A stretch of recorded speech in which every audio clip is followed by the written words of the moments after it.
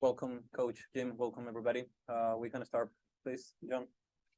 Yeah, first off, thank you to the fans that came out on a Tuesday night. A very good Pachuca team, a champion for a reason. A very difficult test. Obviously, a very high-powered attack. They play in a lot of high-scoring games. This was the first time they've been shut out all season, so something for us to build on. Having said that, you always want to score when you're in your home building. We were close a couple times. Mikel had two good looks. Danny had one towards the end. But overall, I think a 0-0 is a fair result, and we're at halftime now, and we know we'll probably need to score a goal in Mexico. We'll have some regret on some of the chances we had tonight, not burying one, but overall, still, I think a solid performance from the guys against a really, really good Pachuca team.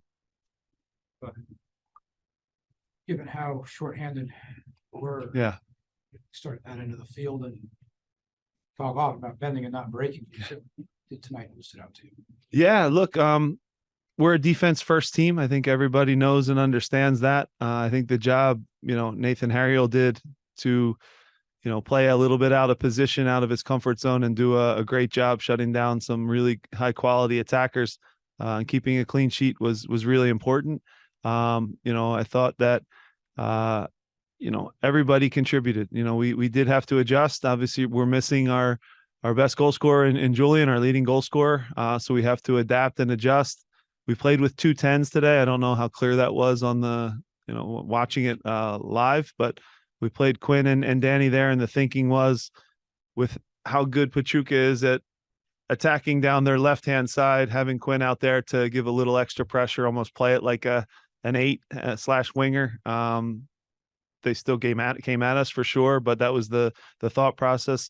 They also do a great job rotating the ball to their 6 and then switching it and setting you up and coming at you. So they're a great team, guys. There's no moral victories in this sport. We still have to go there and score and try to win the series, but that's a tough opponent, and a good work ethic from our group on the defensive side of the ball, John.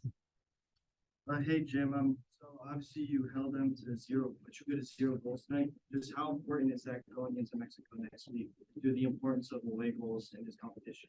Yeah, shutouts are important in this building. We don't like to concede. I think that's always the goal. We created a couple good chances in the first half too, so there's something to build on the offense there as well. What they're incredible at, and it's a credit to their coach and their players, they run and they work and they almost play it in a way that baits you into this end-to-end game, and they have some real high-quality opponents. So they almost press you out of almost like a 4-2-4. They put 4 up against your back 4. They dare you to play through, and when you play through and you go at them, they're actually comfortable with that because now they're going to hit you. They almost counter your counter, and they're incredible at it. So it's a dangerous game to play with them because you see how much they dominate in their league and how many goals they score. But I think it was a really great exercise for our guys. I think we showed that we can keep a clean sheet against a strong opponent where we've been leaking a lot of goals. I think you guys know that, and I've talked about it. Stayed a little more compact. Still got baited into. They had some chances. Don't get me wrong. I'm not naive. I understand they could have scored some goals too, but overall, something to build on early in the season. They probably have a little more fitness than us at this stage. 10 games in for them. Us just getting started. So some good positives to take away. Not conceding at home is very, very valuable, as we learned with the Atlas series last year. Now, if we are able to score a goal there, which we're probably going to need to do, it means they have to score 2. So that's a good thing. Jim, could you comment on the Jose Martinez had tonight, especially going up against the attack? Pachuca? Yeah, Jose had a tough task. To sit in the middle of that block of 3 midfielders is not easy. You have Rondon, who is such a talented striker, still coming back too, so he was helping out with that as well.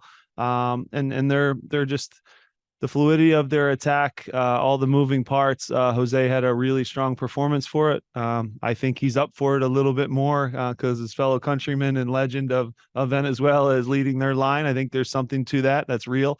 But Jose stepped up in a really big game and played excellent in the middle of the field tonight, I thought. Jim, what did you see from your perspective difference between the first and second half of the league. Yeah. It seemed like it was a lot more tighter, compact in the second half, and compared to the mistakes you guys made in the first. But did you point out anything at halftime, or was it just something you guys need to just tighten up in the back? Yeah, look, I think, we passed the ball well in the first half and got out on the break a few times against them. But like I mentioned earlier, they almost like that. You know what I mean? So when you break that first group of 6 and now you're run at them, you think you're in a good spot. And if you aren't ruthless and finish your chances, they're coming right back at you. And now there's space and there's gaps and they have some real talent. Idrisi's one of the best players we'll play against all season. He's incredible, almost unplayable. So this is the way it is when you're in Champions Cup and you're playing against the best teams. Again, I say it all the time. These are the games you want to play in. But you're right. We did tighten things up in the second half, but we didn't attack as much in the second half.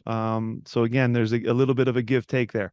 When you play against the best teams, you do have to be ruthless and finish your chances. So I know we didn't have a ton of clear-cut chances tonight, but if Mikel scores that one early, and then we get going, he has another little half chance. The goalkeeper did a great job making himself big and coming out. The little one with Danny where he tries to chip him. Again, the goalkeeper comes out quick and jumps on it fast and makes a real good play. But if we get one of those, it's the difference between, going there with a little bit of a more comfort than we'll have. So I still believe we'll have to go there and score, which is not an easy task. But we also have to be very, very smart, because if you get in a track meet with that team, just look at the scores in League MX. They score 4-3 goals every game. And that's not just me saying that. There's data to back it. They lead in every attacking category, and they're a really good opponent. You talked about Idrisi. How do you evaluate the way that Kaiser did keep him off the score sheet? And then also for guys like Quinn and Jack, this game seems a little bit more tactically nuanced. Is that more valuable for guys that young to think through a game like this that maybe becomes a little different? Yeah, I'll take that part first. For them to play in this game is incredibly valuable. I can't replicate that in training. There's no way to do it. The intensity, we have great players on our own team, but now when it's a real game of consequence, and they're playing against top players, and you don't have breaks when the ball goes out of bounds, you can't switch off for a second, because the intensity is such that you get punished because there's so many good players on the field. So I thought Jack was excellent, getting out of little tight spaces. He's developing. Jack's never going to be the fastest guy on the field or the most quick or dynamic guy on the field, but he's developed now little outs to get out of tight spaces, whether it's dipping his shoulder, deception with his left foot, or just looking a guy off and maybe playing a pass that the defender overplays his left foot and he cuts to his right. So he's got these little outs now where he can free himself and get that half step to play,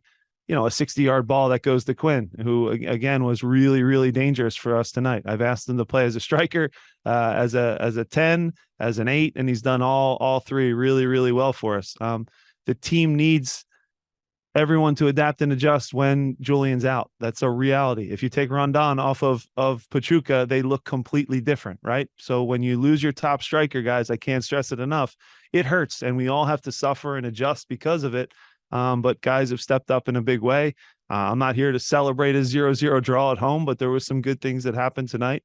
I think Mbaizo, when Mbaizo defends forward and is aggressive, I'll go with how he defended Bawanga, at times with LAFC. When he does that, he's incredible. In the moments now when you back off and you let Idrisi run at you, it's party over. You know what I mean? So you have to get close enough. I was actually happy that he stepped out and kicked him, because that let him know at midfield on that side of the field that, you know what, I'm kind of done letting you start run at me because, it's going to hurt the next time you do it. And I'm okay with that. Foul a guy 50 yards from goal and not let him get that head of steam. Has to be said too, their left back is an incredible player. So it's a tough side that they have on that side to deal with. We did our best to take it away.